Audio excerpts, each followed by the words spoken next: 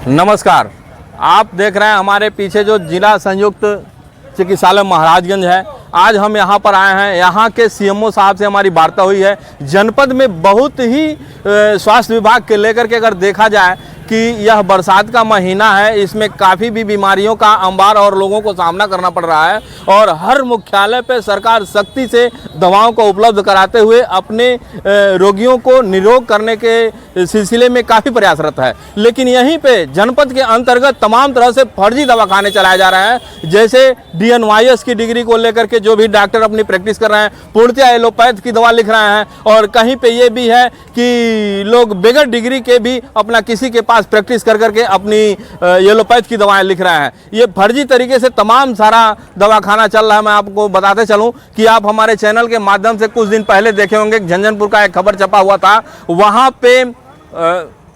पे अंकित health care के नाम से हॉस्पिटल चलाया जा रहा था, जिसका पर्चा हम आप लोगों को दिखाएंगे। पूर्णतः DNYS और CMSCD की डिग्री है और इस पे सीएमओ महोदय से पूछा गया तो ये डिग्री किसी भी एलोपैथ के लिए अलाउ नहीं किया जाता है और ये पूर्णतः नेचुरोपैथी है। यह नेचुरोपैथी की आड़ में इस तरह से लोग डॉक्टर बने हैं। आप बतावें कि अगर CMSCD और DNYS की डिग्री लेकर के आदमी डॉक्टर बन सकता है तो नीट की तैयारी के लिए बच्चे एड़ी से चोटी तक पावर लगाते हुए, इतना मेहनत करते हुए एक अटेम्प्ट में बहुत ही किसी कंचित ऐसा विद्यार्थी का होगा कि वो नीट निकाल सकता है। लेकिन इतनी महंगी शिक्षा को लेकर के भ्रष्टाचार फैलाते हुए ऐसे फर्जी तरह के डॉक्टर जगह जगह पे, हर जगहों पे फर्जी क्लिनिक खोल करके और लोगों को गुमराह करते हैं। जिस बीमारी की दवा करते हैं वो बीमारी ठीक नहीं होता है, लेकिन दूसरा बीमारी पल जाता है और लोग मौत के गाल में समा जाते हैं। इस तरह की तमाम सारी भ्रष्टाचार ये स्वास्थ्य विभाग में चलते चले आ रहे हैं, जिससे जनपद महाराजगंज के अंतर्गत दूसरी नज़र में अगर देखा जाए कि जितने भी स्वास्थ्य केंद्र हैं,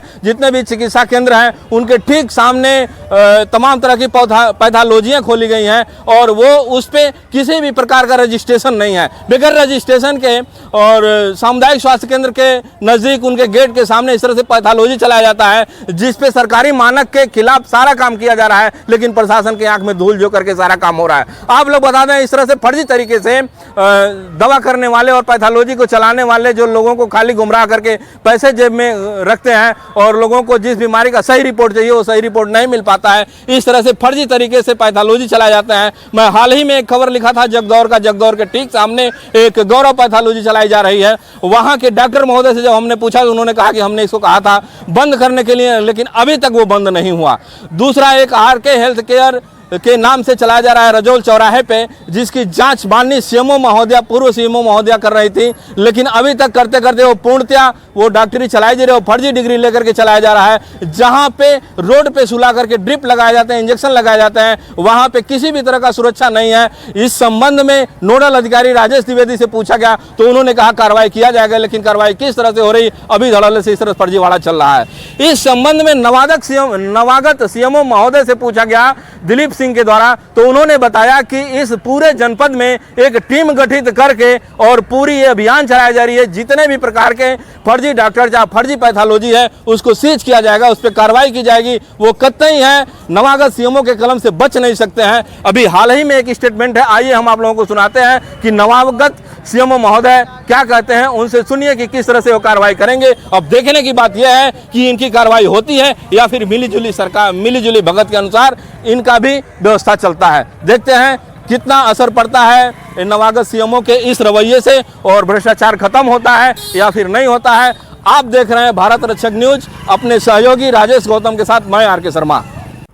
तो बगैर रजिस्ट्रेशन के लोग कैसे चला रहे हैं? वो मैंने अभी सारा लेटर बना दिया गया है, जो फर्जी पैथोलॉजी, फर्जी नर्सिंग होम, फर्जी क्लिनिक और जो फर्जी डॉक्टर्स जितने भी हैं इनके छापा डाले जाएं। संबंधित CSC वाले सारे CSC के अधीक्षक इसको इम्प्लीमेंट करेंगे और उसकी सूचना हमारे पास भेजेंगे। आपने क्या कार्रवाई करी और कितने अस्पताल बंद कराए उस हिसाब से, और हमारे जो और डॉक्टर्स हैं जो हमारे पीछे जो नर्सिंग होम उसका देखते हैं, वो अपने उस संबंधित का क्या नाम है आपका रजिस्ट्रेशन देखें कि ये रजिस्टर्ड है कि या नहीं है, उसको बंद करवाया जाएगा या रजिस्ट्रेशन के लिए उन्हें कर दिया जाएगा।